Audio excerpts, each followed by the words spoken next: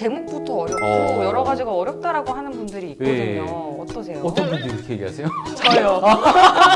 글린카라는 사람이 나타나는데 그때부터 진정한 러시아의 국민 음악이 시작된다. 예. 약간 재채기 한다고 막 이렇게 찰콥스키 뭐 이러시는 분들 계시더라고요. 너무 하시는 거 아니에요? 와, 너무 옛날 개그 아니에요? 어?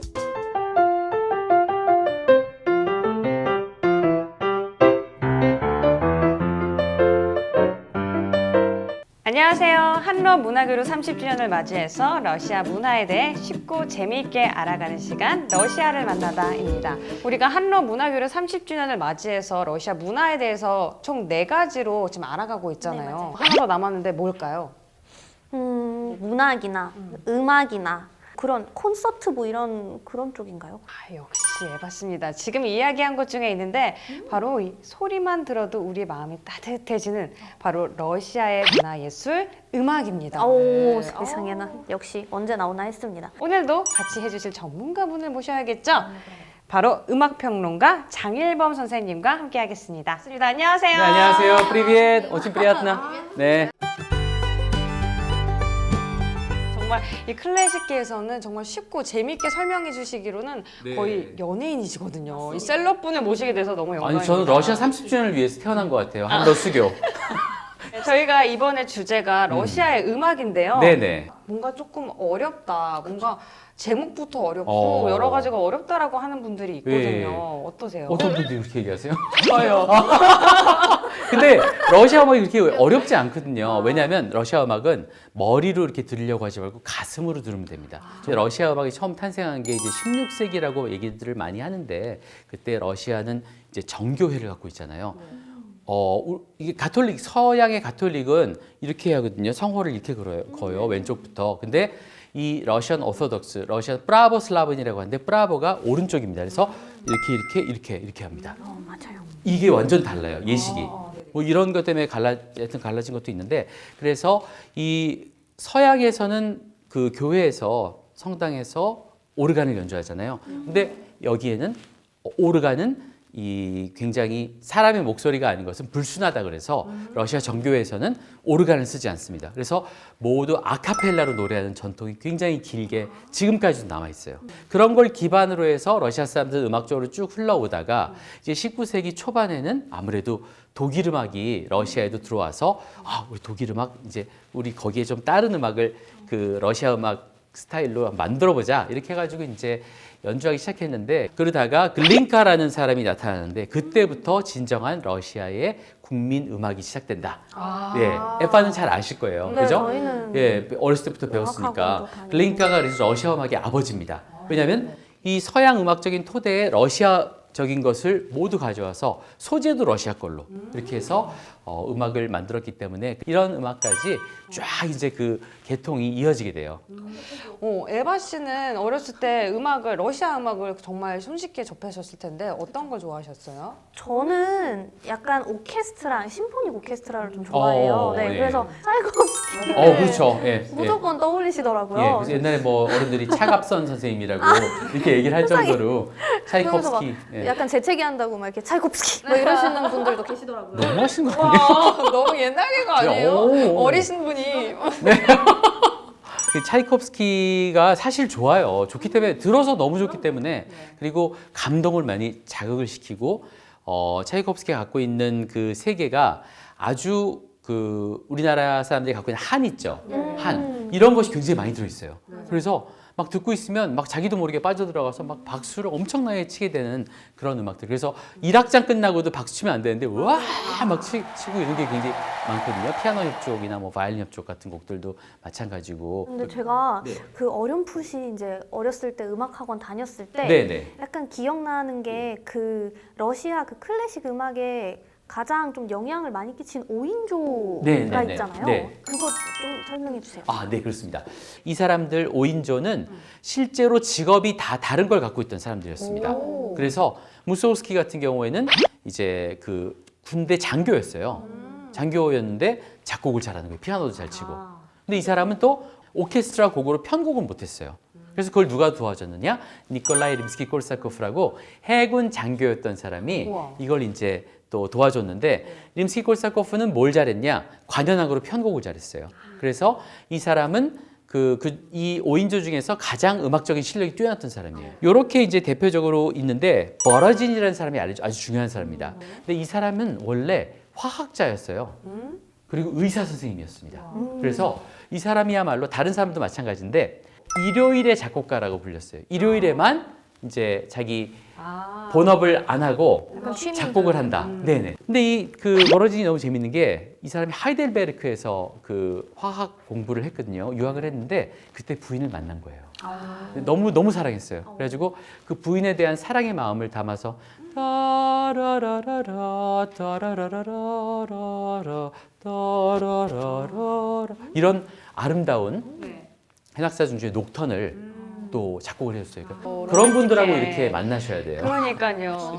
그러면은 사실 초반에는 이 5인조와 차이코프스키가 함께 활동을 많이 했잖아요. 네네. 근데 서로 멀어지고 비난하게 된 계기가 뭘까요? 그러니까 차이콥스키 음악이 좀 너무 지나치게 서구 중심적이다라고 이제 뭐 스타소프를 비롯한 이런 평론가들이 그 5인조랑 같이 있었거든요. 네네. 그런 식으로 얘기하면서 우리의 러시아적이고 슬라브적인 그런 음악적인 색채를 서구와는 다르게 선을 긋고 우리는 나가야 된다라고 주장한 사람들이 이제 이 5인조 사람들이다 이렇게 볼 수도 있겠습니다. 그럼 견해 네. 차이 때문에 약간 그렇게 네, 됐구나. 네. 네.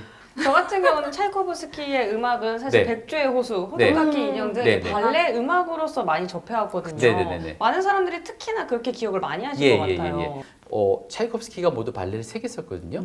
백조의 호수를 제일 먼저 쓰고 근데 이거는 성공을 못했어요. 차이콥스키 생전에는. 근데 차이콥스키 죽은 다음에 지금처럼 성공을 했기 때문에 차이콥스키는 전혀 그걸 몰랐어요. 자기가 성공했는지. 너무 안타깝죠. 두 번째가 슬리핑 뷰티, 이 스페샤 크라사비자라는 작품인데 이때부터 성공을 거두면서 발레 작곡가로서 차이콥스키의 이름을 떨치게 됩니다. 이렇게 그렇죠. 보실 수 아무래도 있습니다. 세계적인 음악 역사에 한 획을 그었다고 맞습니다, 할 수 있는데 맞습니다. 네네네. 이 차이코프스키로 맞은 러시아 클래식의 황금기는 네. 20세기로 또 이어진 걸로 네. 알고 있습니다. 네. 네. 바로 라흐마니노프입니다. 세르게이 라흐마니노프인데요.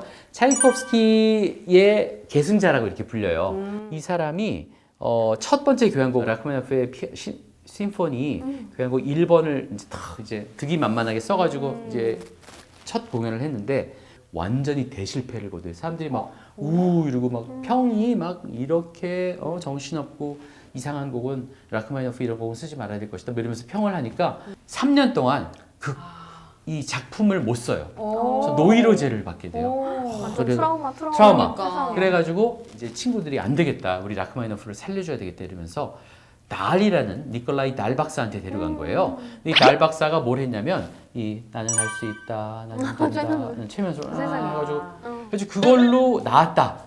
그래서 그 이후에 쓴 게 라흐마니노프의 피아노 협주곡 2번입니다. 이 작품이 성공을 거두면서 라흐마니노프는 다시 최고의 작곡가로 또 피아니스트로 불리게 되는데 네네. 근데 그거에 대한 하나 또 에피소드가 있어요. 어떤 거요? 사실은 니콜라이 날 박사한테 헌정을 했는데 날 박사 때문에 최면요법 때문에 난 게 아니라 그 날 박사한테 예쁜 딸이 있었는데 그 딸하고 사랑을 해서 그 힘으로 낳았고 그 라흐마니노프 피아노 협주곡의 이 악장은 바로 네. 이 딸에게 그 헌정하는 러브 레터였다 이런 이야기가 또 아주 잘 전해지고 세상에나. 있습니다. 그러니까 사랑의 사랑의 부분이 다양한 장르의 음악을 시도했던 스트라빈스키에 네. 관련해서는요. 이골 스트라빈스키는 19세기가 끝나고 20세기가 시작되면서 지금 세상이 굉장히 혼돈스럽잖아요. 1차 세계대전도 있고. 자, 그럴 때 러시아의 정말 최고의 예술들로 유럽을 깜짝 놀라게 하겠다. 이러면서 러시아의 무소울스키의 오페라 버리스 거드노프 이런 그 역사물 정말 멋있는 작품이거든요. 이런 것도 가지고 나와서 공연하고 1910년 불세를 공연하게 돼요. 근데 이게 굉장히 원시주의적인 러시아의 그 토속적인 걸 보여주거든요. 이 작품을 공연하니까 사람들이 깜짝 놀란 거죠. "헉, 이렇게 러시아 예술은 다르구나. 정말 놀랍다. 너무나 새로운 획기적인 예술이다. 이러면서 스트라빈스키의 음악과 그 예술을 이제 찬양하게 되고요.